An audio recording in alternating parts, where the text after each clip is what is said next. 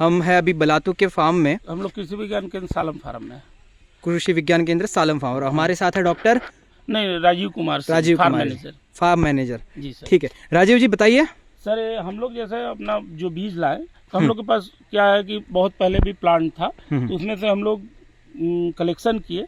उसके बाद फिर इसको हम लोग ऐसे जगह लगाए कि हम लोग का जगह भी वेस्ट ना हो। अच्छा। और इसको हम लोग लगाए कि कम से कम, क्योंकि यहाँ पे सर थोड़ा मेरा जो फसल अवशेष जो यहाँ थ्रेसिंग फ्लोर का है, यहाँ पे गिरता है। अच्छा। तो यहाँ पे काफी फर्टाइल जमीन है। अच्छा। तो इसको देखते हुए हमने यहाँ पे लगवाया बरसात में। अच्छा। और ये मेरा देखिए सर पूसा नन्ना वेराइटी है।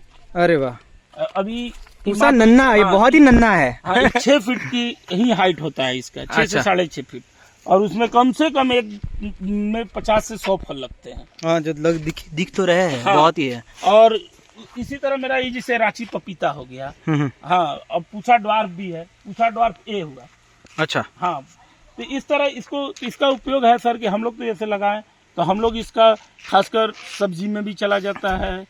पकता है तो अगर एक पौधा पका तो कम से कम 30 से 40 रुपया, 30 रुपया 35 रुपया में एक फल चला जाता है। जैसे यहाँ से बाजार मेरा जाता है, बनारी बाजार, अगर 10 फल पक गया इस हफ्ते में तो मैं दे दिया, तो 300 से 400 रुपया मेरा कोई वेस्ट लैंड है उससे हम लोग कमा रहे हैं। और बात करें ज्यादा हो गया तो हमारे यहाँ सब्जी में भी 10 से 15 रुपया केजी के रूप में चला जाता है। तो किसान भी अगर उनके उपजाऊ जमीन में जो खाली है, यूज नहीं हो रही है, उसमें ऐसे कुछ लगाए तो उनका आय है जो बढ़ सकता है। आय बढ़ सकता है, क्योंकि इसका इंडस्ट्री में भी यूज होता है, लेदर इंडस्ट्री में। आपको पता है, जैसे बात करें टैनिंग में भी बनता है, क्या कहलाता है, सबसे ज्यादा तो जैम ही में आता है, पपाया जैम में यहाँ पे, और मिक्स फ्रूट में भी इसका काम आता है।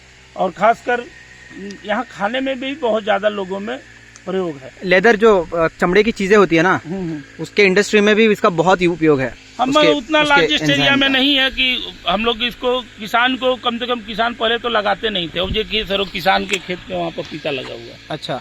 वो कम से कम उस पपीता से 4 से 5 हजार रुपया का बेच चुके हैं। यही फार्म से 10 पौधा 15 पौधा ले गए थे। अच्छा। हाँ, अब ले गए अपने। अब इसी तरह हम बोले कि आपका वो फर्टाइल जमीन है उस पर लगाइए। ऐसी जमीन में लगाते थे तो लोग को होता नहीं था। तो उससे क्या हुआ कि उनको पानी का भी उसमें उतना जरूरत नहीं पड़ा, और आज कम से कम 4 से 5 हजार रुपया कमाए। आज खुद से उसका बीज भी रखे हैं। वो हमको खुद 800 रुपया में बीज बेचे हैं। हम उनका बीज को खरीदे हैं। बढ़िया। कि भाई उससे कौन सा बीज, कौन सी जात है ये इसका पौधे की?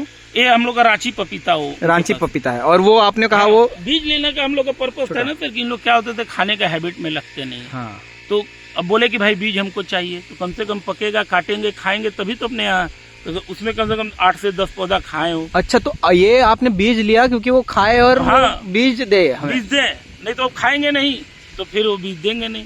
तो कम से कम वो 800 ग्राम का बीज हमको दिए थे। 800 ग्राम इतना हो जाता है। हल्का होता है पपीता का बीज। तो ये अर्न किसानों के लिए, खासकर अपने खेत के मेड़ पर कोई भी फसल के साथ इंटर क्रॉपिंग ये सब करे तो अलग इनकम प्राप्त कर सकते। बहुत बहुत धन्यवाद Rajeev ji. Thank you. So I am Ganesh from National Skill Development Corporation, New Delhi. और ये पपीता का इंफॉर्मेशन राजीव जी ने दिया।